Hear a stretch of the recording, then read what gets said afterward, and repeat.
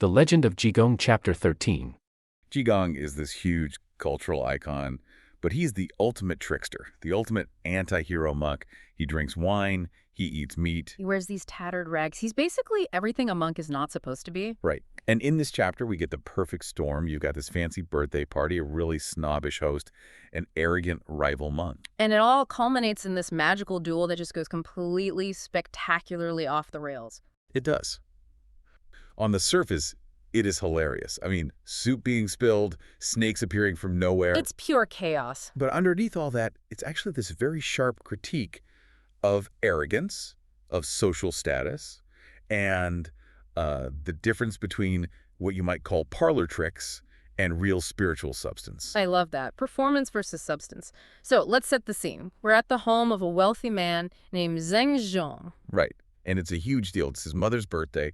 The house is packed with, high-class guests, officials. Everyone's there to see and be seen. It's one of those parties where you're afraid to breathe too loudly. And into this very formal, very high-status environment walks a total disaster. Enter Qigong. And he's not even alone. He's brought along by two friends. But everyone's eyes are just locked on him. Because of how he's dressed, right. The notes say he's wearing lunlu. Which means ragged. Shabby. I mean, he looks like a beggar who just wandered in off the street. And the host, Zheng Zhong, he basically becomes the bouncer. He sees Jigong and just immediately tries to block him. Oh, he's not subtle about it at all. He sees the rags and his brain just short circuits. Yeah. He actually says to Jigong's friends, "Why did you bring him to my party?" Wow. That's just so awkward. But this is what's great about Jigong. Most people would just leave in shame. He does the opposite. He absolutely leans into it. He plays the social game better than any of them. He essentially guilt trips his way inside. How does he do that? He says something like, "Well, I just came to pay my respects for the birthday, but I guess if my clothes aren't good enough, I can't come in." It's such a trap. It's a perfect trap. Because now Zheng Xiang is stuck. If he kicks him out, he's the one being rude. So he's forced by etiquette to let him in. Through gritted teeth, I'm sure. No, please do come in. Exactly. But Jigong doesn't just, stand in the corner quietly. He marches right into the main hall. And demands the seat of honor. The seat of honor. He has them set the table up with the formal red felt cover. He's getting the full VIP treatment. And then he unpacks his lunch. This is the part of the story where my jaw dropped. Yeah, we have to pause on this because the cultural significance here is it's huge. He pulls out dog meat. Okay, unpack that. Why is that the nuclear option? So first, monks are vegetarian. That's rule number one. But dog meat in this context was seen as, incredibly low class, unclean. The last thing you'd ever bring to a formal banquet. So he's at the head table on this beautiful red felt cloth. And he just slaps down this greasy, forbidden piece of meat. He is literally desecrating the whole vibe. Zheng Xiang must be about to explode. The text says his eyes are popping out of his head. He's trying to keep it together, be the gracious host, but he is vibrating with rage. And Jigong is just having a great time, offering toasts, work in the room. He is. And this is where we meet our other main player, the antagonist, a monk named Guanghui. The anti-Jigong. The complete anti-Jigong. He's sitting there, described as very arrogant, very serious, projecting this whole "I am a very important holy man" image. He's the guy who's too cool for the party. Totally.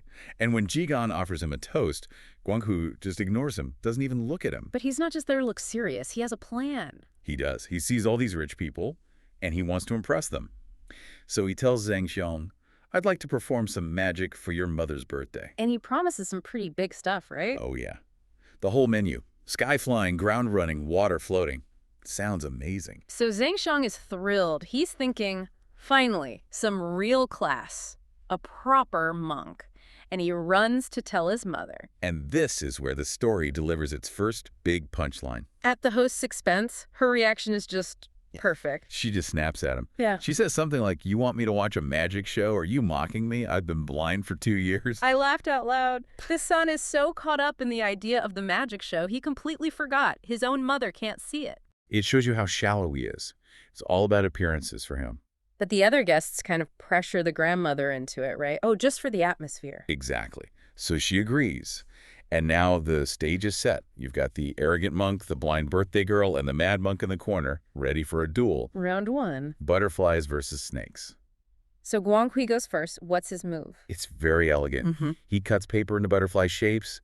He blows what the text calls immortal breath on them, and they start flying around the room. Okay, that's a good trick. I'd be impressed. It's it's magical. It is. The crowd loves it. It's exactly what they expect from a holy man. But Jigong is not having it. He starts shouting, right? Like a kid, I want to play too. Just like that. And he starts chanting loudly, "Oh, money Padme home." And suddenly, chaos. 30 small snakes just appear. Flying around the hall. Oh. Imagine you're at this fancy party. Yeah. Suddenly there are reptiles whipping past your head. People are screaming, I'm sure. Total panic.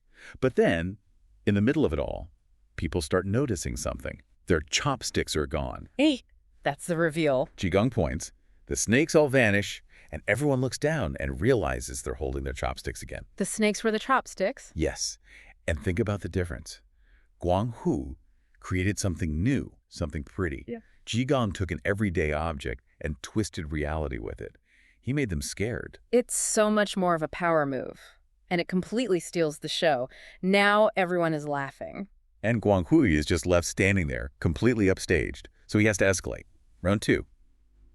The soup. This sounds ominous. He decides to serve 3 fresh soup with magic. He covers a bowl, chants, and it starts to float through the air.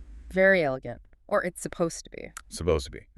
But as it's floating, Jigong just subtly points his finger at it. The bowl flips upside down, right on top of Guang Hui's head. No. Oh, yes. Yeah. Hot soup, noodles, everything just dripping down his face. His head turns red. That is just pure humiliation. You can't maintain your dignity with soup running down your nose. You really can't. The whole room is laughing. The contest is over.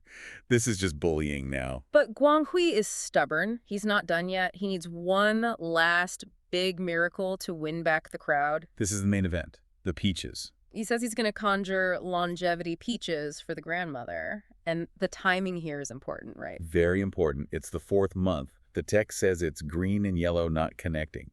Basically, it's out of season. There are no fresh peaches to be had anywhere. So if he pulls this off, it's undeniable proof of his power. It's a genuine miracle. So he's got something under a cloth.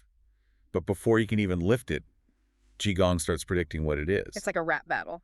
Guang Hui says peaches, and Jigong says... I present eggplants. Eggplants, of all things. Guang Hui is so confident, he whips off the cloth and... 4 big purple eggplants. It's brutal. The crowd just roars with laughter. A peach is this symbol of immortality. An eggplant is just a vegetable. The ultimate anticlimax. So Guan Hui is totally shamed. He's done. He's done. But this is where the story pivots and gets really deep, because up until now, it's been a prank war. Right. Now the servant gets involved. Zheng Jiang, the host, feels bad and tells his servant, Sheng Fu, to take the disgusting eggplants away. So the servant, Zheng Fu, he picks up the tray and he walks out of the main hall. And as soon as he steps outside, the illusion changes. What does he see? To his eyes, they're not eggplants anymore. They're huge, perfect, juicy peaches. Wait, so inside they're eggplants, outside they're peaches. What are they really? That is the test. Because the servant, Zheng Fu, he gets greedy. He thinks the master doesn't want these. I'll have one. And he takes a bite. He takes a huge bite, and Xiao Hak breaks his tooth. So it wasn't a peach? Or an eggplant? It was wood. A piece of carved wood. Wow. And think about what that means. The arrogant guests saw an eggplant, something common to be mocked. The greedy servant saw a peach, something valuable to steal.